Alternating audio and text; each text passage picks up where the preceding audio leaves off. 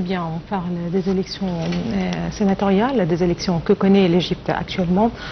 Premier tour, c'était hier et avant-hier. Un second tour est prévu dans environ 2 semaines. Pour parler du paysage électoral, nous avons le plaisir d'avoir avec nous ce soir Dr Wael Fouad. Bonsoir Dr Wael Fouad. Vous êtes journaliste. Ravi de vous avoir parmi nous ce soir sur le plateau de Nal International pour parler des élections. J'aimerais bien justement pour commencer savoir quelle est votre opinion, quel regard vous portez sur le paysage électoral. Est-ce que le paysage électoral a évolué par rapport à celui de l'édition 2020, cette édition 2025? Est-ce que, justement, quand on parle du paysage électoral, est-ce qu'il a évolué par rapport à celui de 2020? Tout d'abord, je dois affirmer que oui, l'Égypte évolue, le peuple égyptien évolue. L'activité de la jeunesse continue à se trouver en pleine scène. Le peuple exerce ses droits, donc c'est une déclaration des droits de l'homme, c'est une affirmation de la présence, c'est une affirmation que le pouvoir en Égypte respecte l'être humain égyptien. La présence ou bien la fondation de la Chambre sénatoriale n'est pas une invention juste pour la propagande de l'Égypte en Europe. Non, c'est déjà fondé il y a à peu près 150 ans peut-être, et ça a été renouvelé. Parfois ça a été suspendu, la présence de cette chambre, mais en fin de compte c'est une chambre très nécessaire pour le peuple égyptien. Très bien. On parle d'élections sénatoriales, et quand vous venez justement de le préciser, qui devait avoir un rôle dans la vie des Égyptiens. Quand on parle du rôle que jouent les réseaux sociaux, c'est-à-dire le monde évolue, et du coup la présence des réseaux sociaux dans notre vie devient encore plus important, avec la multiplication non seulement des réseaux sociaux mais aussi de ceux qu'on appelle les influenceurs, c'est-à-dire ceux qui s'adressent je ne vais pas dire au public mais à la population en général. Comment voyez-vous l'impact que pourraient avoir les réseaux sociaux sur les élections? Est-ce qu'ils peuvent justement affecter l'opinion publique, avoir un impact sur l'opinion publique? Est-ce qu'ils jouent aujourd'hui un rôle ou non pas? Ce sont comme on le dit, les canaux traditionnels qui vont jouer le rôle principal. D'habitude, en Europe et maintenant en Égypte, les réseaux sociaux jouent un rôle important. D'accord. Mais en fait, on a souffert de certains mauvais impacts sur l'opinion publique. Pourquoi? Parce que ces canaux et certains réseaux ont été utilisés par des ennemis de l'Égypte sans dire leur prénom.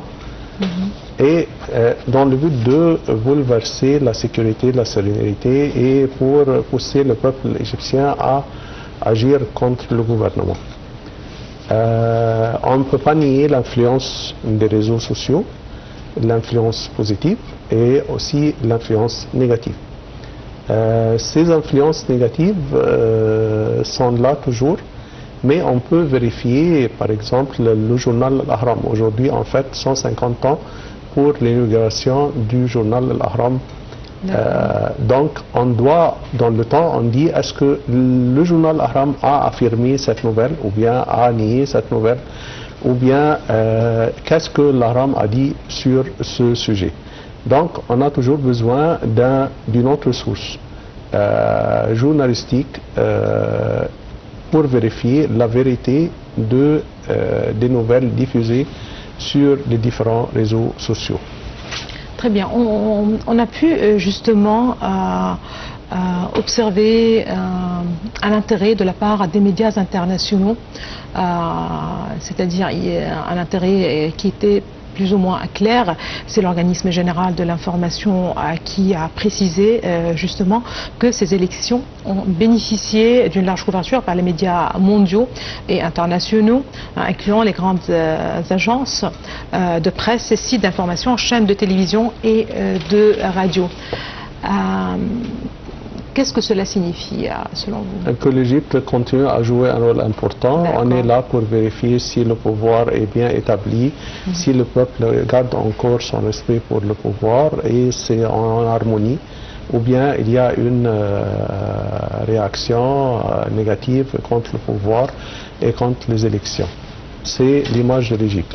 Et certains pays sont là pour payer les réseaux d'information, pour démontrer une image négative de l'Égypte et du peuple égyptien. Donc c'est une occasion pour répondre pratiquement à tous ces réseaux et à tous ses ennemis pour leur dire que voilà, l'Égypte est là, le peuple égyptien est là, et en fait, et on déclare nos droits en tant que citoyens. Super, c'est le président de l'organisme général de l'information, Dia Rachouane, qui a précisé que l'analyse du contenu de la couverture internationale des élections montre une tendance générale à l'objectivité. Oui. Ça reste quand même je ne sais pas comment dire, mais plus ou moins un témoignage assez important sur ces élections. Exactement, parce que le Conseil national des élections a tenu à appliquer toutes les mesures nécessaires pour faciliter le vote par les Égyptiens vivant à l'étranger, même s'il y a une minorité dans un pays très loin de l'Égypte.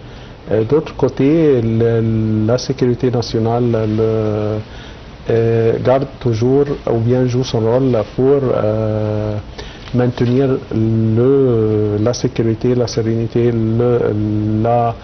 la vie calme des citoyens lors de leur exercice de leur droit de voter, de choisir, de dire leur opinion. Donc il y a une organisation bien préparée pour le peuple, pour les autorités nationales responsables de la sécurité, même les partis politiques sont là et on n'a pas entendu parler des rumeurs, des problèmes créés aux portes des urnes. D'accord. Donc pour la majorité, ça pourrait arriver qu'un VR n'arrive pas à trouver sa place ou bien à discuter, oui c'est normal, oui. Mais d'habitude il n'y a pas de grands incidents justement qui ont marqué ces élections. Exactement. Voilà, ce qui est très intéressant aussi, c'est la participation des Égyptiens à l'étranger. On connaît tous que les Égyptiens à l'étranger ont pu justement voter, donner leur voix les vendredis et samedis derniers via les ambassades de l'Égypte à l'étranger. Et là, on parle aussi d'une forte participation à l'étranger pour ces premières élections depuis la présidentielle de 2023. Ça reste aussi, ça parle en fait de l'intérêt qu'accordent les Égyptiens à l'étranger oui, le sentiment au de quotidien, patriotisme. voilà, justement. Exactement, le patriotisme existe encore. On est loin, oui, mais on est très proche en même temps. On s'intéresse aux nouvelles égyptiennes. On essaye de participer, on essaye de confirmer, de dire ça. Ceci aussi permet de garder le respect, lorsqu'on garde le respect pour notre patrie, lorsqu'on aime notre patrie, les étrangers nous voient d'une autre manière, c'est-à-dire ils trouvent, ah voilà, ils ne sont pas des expatriés, ce ne sont pas des personnes qui ont préféré l'Europe à l'Afrique ou bien à l'Égypte, mais ce sont là pour travailler pour un certain moment et peut-être retourner, même s'ils résident jusqu'à la fin de leur vie, ils sont là sans quitter leur pays. Donc c'est le patriotisme. Très bien, on parle... on ne se verte pas de l'Égypte, mais on quitte l'Égypte pour travailler et entrer. Mais on reste attaché à la patrie. On reste toujours attaché. Tout à fait. Justement, on parle d'élections, ces élections sénatoriales, les élections du Sénat, anciennement appelé le Conseil consultatif. Il s'agit d'une chambre consultative. Quel est le rôle de cette chambre consultative, selon vous? Ça vient du nom même de la chambre, c'est-à-dire Oui. que consultation et sénatoriale, donc ce sont des sénats. Ce sont des personnes qui ont acquis l'expérience nécessaire, ce sont des spécialistes, ce sont des personnes qui ont passé par de nombreuses expériences. Donc, ils sont là pour maintenir ou bien pour régler la relation entre le gouvernement d'un côté et le Parlement de l'autre côté. Donc, ils peuvent revoir les différentes lois, agir contre certaines lois, les suspendre, les réviser, les changer, modifier, ou bien les présenter même au gouvernement et au Parlement. Et donc, c'est une main donnée à tout, à l'Égyptien et aux autorités. Très bien. On parle de 200 sièges électifs aussi. Quand on voit, jette un regard sur la formation du Sénat, à quel point c'est intéressant de voir une chambre qui est formée et bien par des candidats élus et bien par des candidats nommés aussi. Oui, l'élu, c'est peut-être le rôle de la présidence pour dire, ah, voilà, on a besoin de certaines personnes, des spécialistes en certains sujets. Et ils ont déjà peut-être une certaine expérience déjà vécue dans cette même chambre. Là, le fait d'être élu par son parti politique, c'est pour affirmer la présence de ce parti politique. Certains nombres très importants à savoir, c'est que 34 partis politiques ont seulement participé à ces élections. Et le nombre de femmes n'est pas encore en dehors des listes, c'est-à-dire pour les indépendants, n'est pas toujours assez grand. Ces représentants de ces partis politiques sont là, ont besoin d'être formés, de suivre certains stages en matière de la vie politique, de communiquer avec le peuple, de communiquer avec les médias, de comment présenter un sujet, comment parler, ne pas seulement être l'objet de l'amitié de certains pouvoirs ou bien de certaines personnes très bien renommées. Le Conseil national des femmes a tenu à souligner que les femmes nommées ont été choisies pour leur expérience. Tout à fait. Les Sénats, ce qui est différent, c'est que le nombre des jeunes à partir jusqu'à l'âge de 45 ans dépasse le nombre des personnes représentées ou bien élues ou bien présentées par les partis politiques, dépasse ceux qui ont entre 45 à 60 et ceux qui dépassent l'âge de 60 ans. C'est intéressant. Et voilà, et on s'attend justement certainement à un rôle actif dans la vie politique de l'Égypte. Je vous remercie infiniment, Dr Wael Fouad. Vous êtes journaliste et merci beaucoup d'avoir été parmi nous ce soir pour parler des élections sénatoriales. Madame, monsieur, merci à vous aussi de nous avoir suivis ce soir. Excellente fin de soirée à toutes et à tous et à la prochaine.